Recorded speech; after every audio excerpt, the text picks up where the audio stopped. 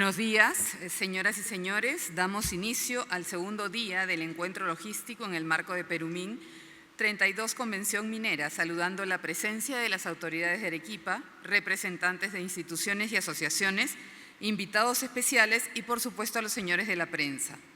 Siguiendo con la temática del encuentro, presentamos el bloque denominado Innovación y Negociación, que será iniciado con la conferencia magistral Acortando la brecha, un rol para el gobierno en las negociaciones de empresa a empresa de Darryn Quayle, Mining Specialist de UK Trade and Investment de Reino Unido. Darryn Quayle es ingeniero de minas con 25 años de experiencia profesional en operaciones y comercio internacional minero. Se especializó originalmente en minería subterránea y tajo abierto, para luego desempeñarse como consultor senior en diversas empresas internacionales. Dejo con ustedes al señor Darryn Quayle.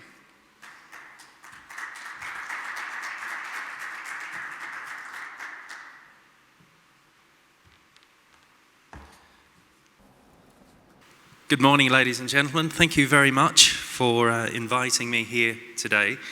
I am very pleased to be part of the seventh time that the British Pavilion has been here since 2003. So I think we're one of the earlier ones. And I'm delighted to speak on quite an interesting subject, it is, for 9 o'clock on a Wednesday morning after the cocktails, I promise you. Closing the gap, a role for government in business-to-business negotiations.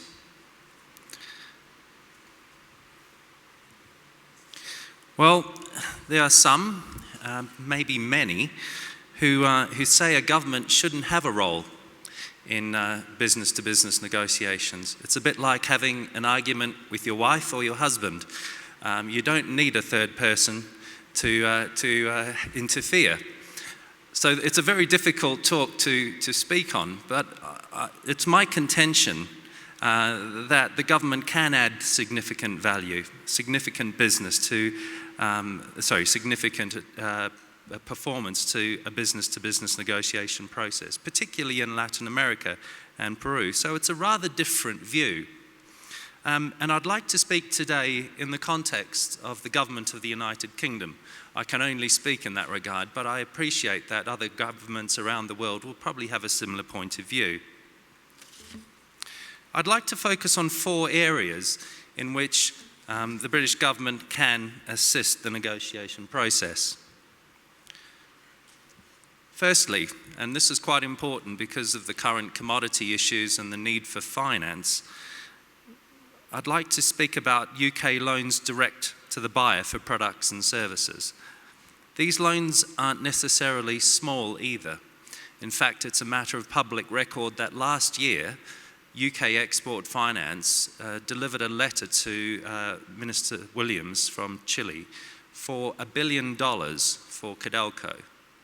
So we can buy an advance from £100,000 to $1 billion, or maybe even more. So we have the facilities to help you build a copper concentrator or an entire gold mine. And I think that's a really important part to play in the current economic climate. Secondly, UK Export Finance products which can assist, and I'd argue that they can even accelerate the negotiation process.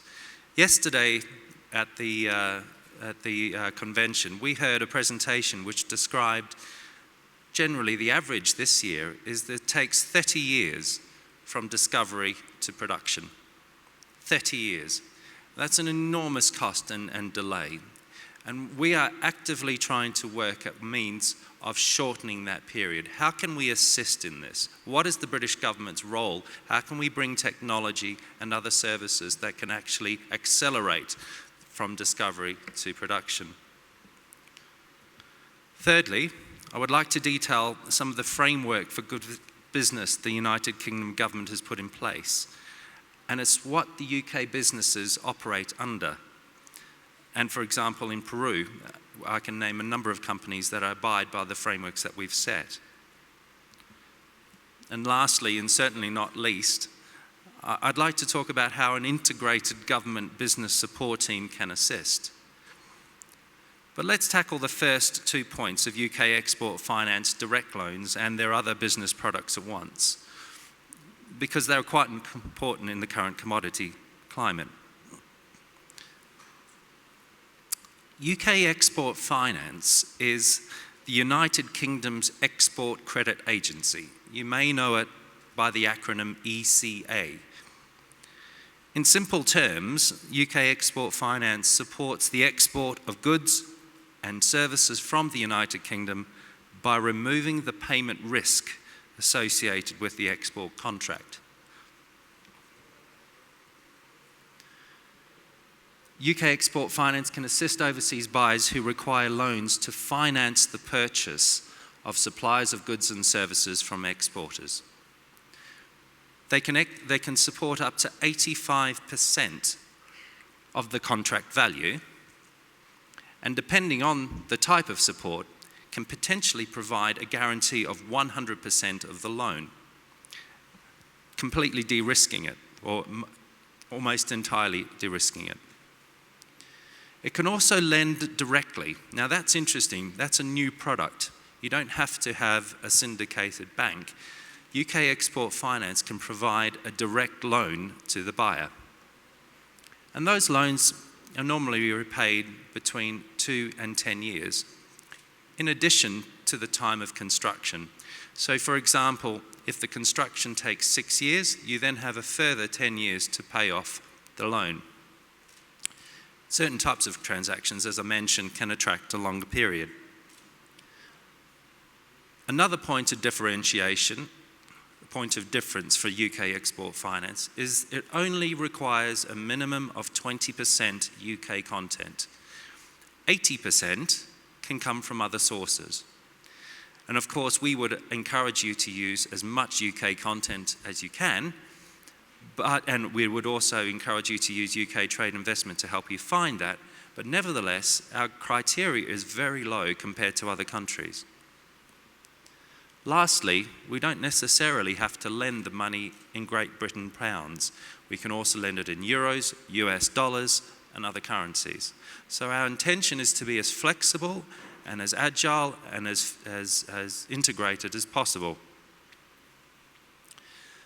UK export finance products.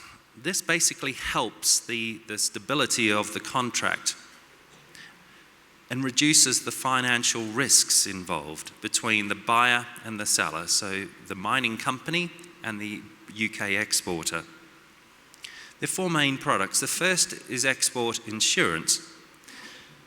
This reduces the potential losses from non-payments or any costs incurred if the contract falls through and the UK exporter begins building the product, but it's not needed. The second is around working capital. A bank, in this case, may be unwilling to provide financial support to an exporter for a project. Export finance, in some cases, in many cases, would agree to share the risk of non-payment if the bank agrees to lend this working capital.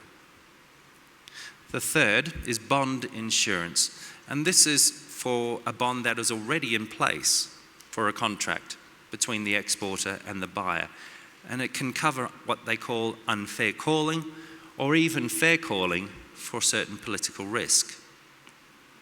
We appreciate that political risk exists all through the globe, and we have adapted our products to suit that. Bond support is the final of this particular slide, and there are many others to talk about, but I've limited it to 4. Bond support is where export finance give a partial guarantee to a bank so they can issue a bond for a new contract. And interestingly, export finance can guarantee 80% of the value of the bond, which is extremely high.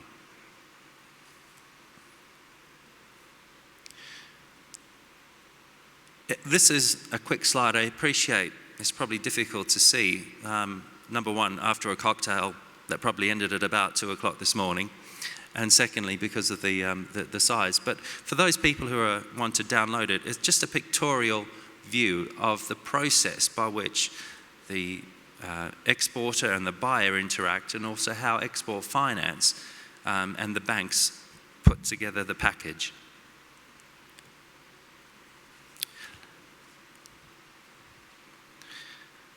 The government, particularly in Latin America, we are actively working across our embassies towards more liberal market environments in which commerce can flourish, which are stable and sustainable over the long term, and where transparency and good governance and the rule of law prevail. One of the things that the United Kingdom sets its businesses is anti-corruption and bribery. UK registered companies and individuals are breaking UK laws if they commit acts of bribery overseas, even if no part of the alleged act took place in the UK. So if any of our companies engage in bribery or corruption overseas, they are breaking the law in the UK and will be prosecuted.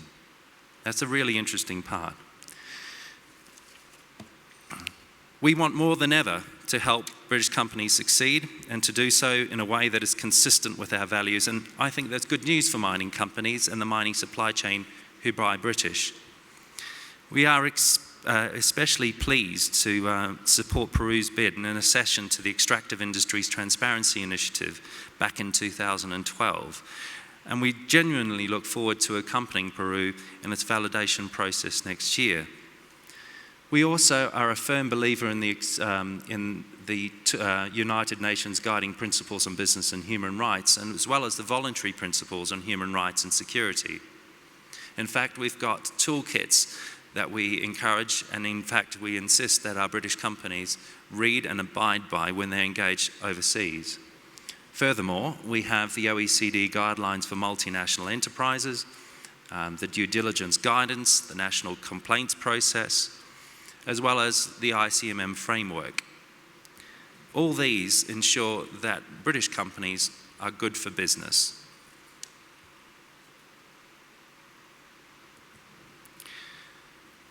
The United Kingdom government, after much consideration, has decided to focus on a select number of high-value opportunities around the world. In the mining sector, it may come as some surprise, it's not the US, it's not Canada, it's not Australia, for various reasons. But we consider Peru, Chile, Colombia, and Mexico as the places to focus on. It's also known as the Pacific Alliance, in which the UK is an observer. And we work extremely closely with the Pacific Alliance Mining Group to integrate our support services to them. As high-value opportunities in the Pacific Alliance countries, particularly Peru, we have established teams dedicated to supporting mining in our embassies in those countries. That's all they do, support mining. Today we have Michelle de Rivero and Owen O'Connor from our embassy in Peru, in Lima. We have the irrepressible Trevor Hines from our embassy in Chile, in Santiago, and we have Professor Luis Porto in Colombia and Diana Ramos in Mexico. These ladies and gentlemen are based in those embassies and dedicated to mining. You have a dedicated resource to call on as the buyer. Furthermore, we have what we call inward investment teams, assisting the Pacific Alliance countries invest in the United Kingdom. So if you want to bring a business to the United Kingdom or invest in the United Kingdom, we have teams of people dedicated to assist you in that. We have the prosperity teams moving around the corner, which help smooth the interaction of business to business and business to government, which is a minefield in itself. But you're not alone. There are teams of people in our embassies specifically tasked to help make that a lot easier. And finally, and not leastly, we work extremely closely with the British Chamber of Commerce. In fact, in Chile and in Peru and in Colombia, they are literally next door in the office. Trevor and Greg Holland, who's the president of the British Chamber of Commerce, literally are in offices next to each other, and they're often talking if you find. Finally, and in summary, what does it mean for you, the buyer? Well, as one of the best performing economies in the world at the moment, and of course London being the world's leading source of mining finance, the United Kingdom has the opportunity to lend low-cost funding with a minimum of 20% UK content. We are doing extremely well for a number of reasons, not the least of which we're not as exposed as other countries to the commodity price falls. That means that you have access to a wide range of products and support which can accelerate the business-to-business process. It means our companies have an excellent track record, are well regulated, and have an exemplary social engagement practices. Anglo-American are a fantastic example. In fact, they have a pavilion here at PERUMIN. We work very closely with Anglo-American across the world and have a great relationship with them. Lastly, it means you, the buyer, have a strong support team in the UK Embassy. From the mining sector teams to the British Chamber and to me, and I'm based in London. The United Kingdom is very, very proud of its mining and mining supply chain companies operating in Peru, and their track record and their exemplary track record of engagement with local communities. It is our contention that Peru and Latin America would benefit greatly from choosing United Kingdom companies as their preferred supplier. In short, we are open for business, and please contact our embassies on any of those contact details should you require further information. Thanks very much.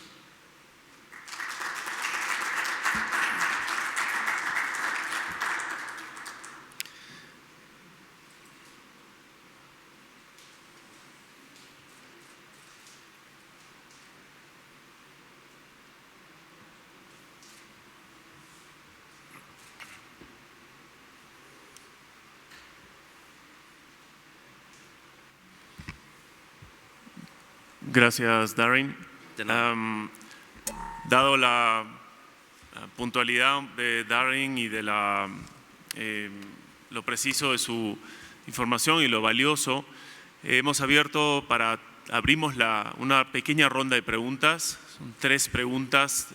Si el público o alguien del público quisiera aprovechar la presencia del equipo de Darryn del Servicio Externo del Reino Unido, tendremos unos minutos mientras vamos organizando el primer bloque del día.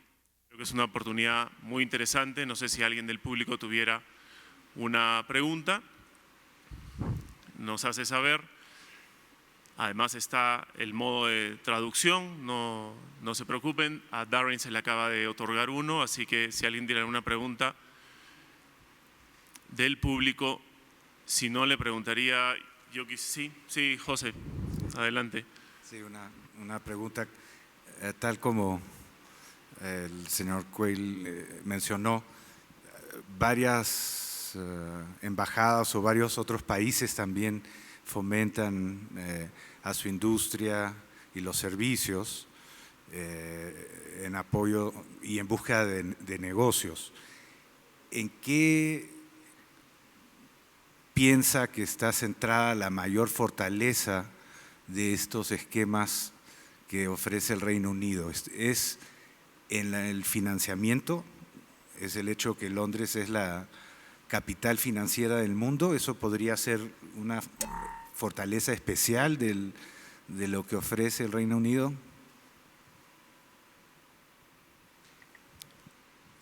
Thank you very much, Jose. That's a very good question,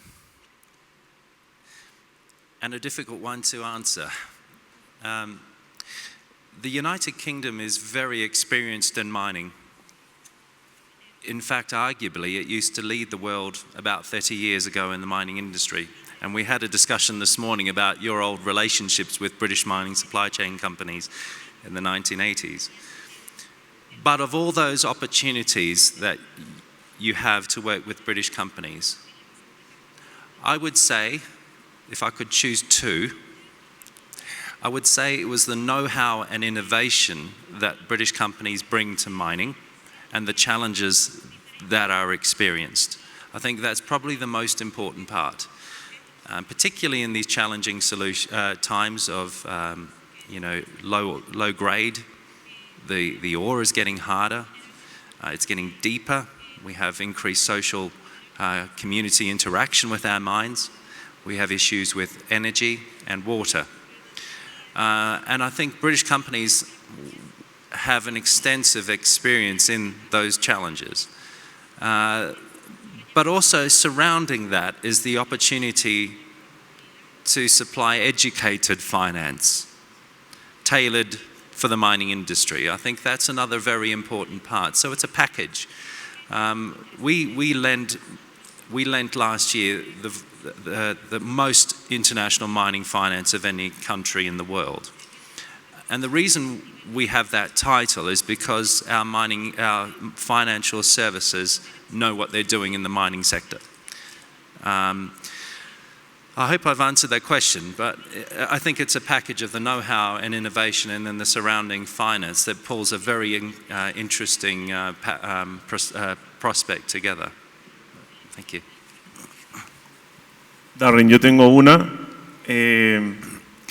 Thank you, Richie. ¿Qué han encontrado al otro lado en todo este trabajo que ya vienen haciendo? Which is the mirror effect that you've been finding around your work? O sea, ¿qué respuestas han encontrado? ¿Qué tal son las respuestas de, por ejemplo, las agencias con las que tú tienes que tratar y con las agencias públicas y privadas que tú tienes que, convencerlas del esquema británico? ¿Cómo es la respuesta? ¿Qué tal está siendo? ¿Y cuáles son las cosas más dificultosas o las buenas experiencias que estás recibiendo del otro lado con todos los que intervienes? Tengo mucha curiosidad sobre cómo va eso.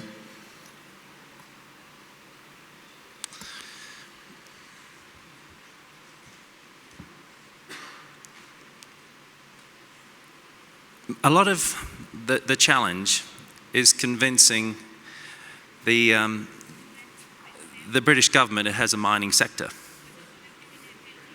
In fact, it is doing extremely well without our interference at all. And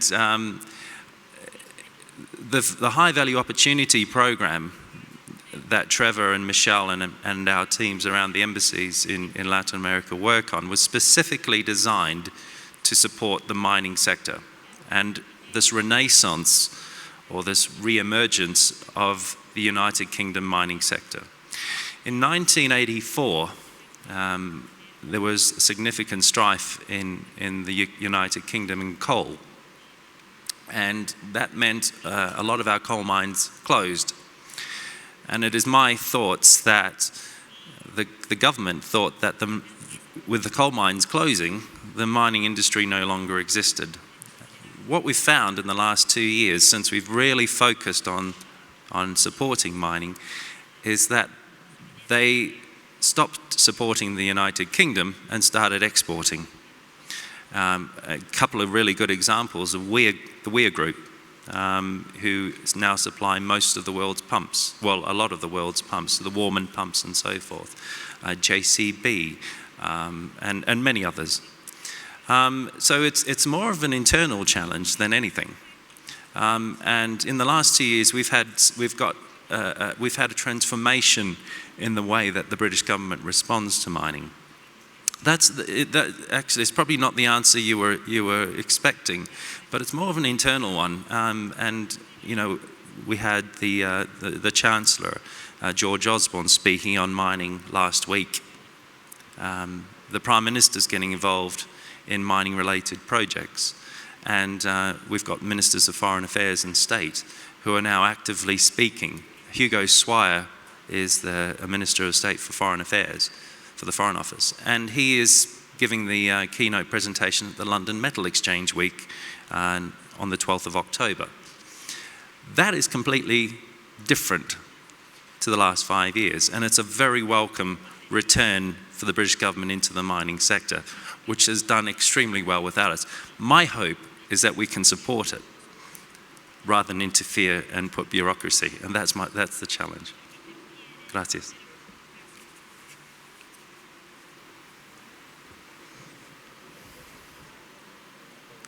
Is that okay? Thank you, Richie. Thank you, Jose.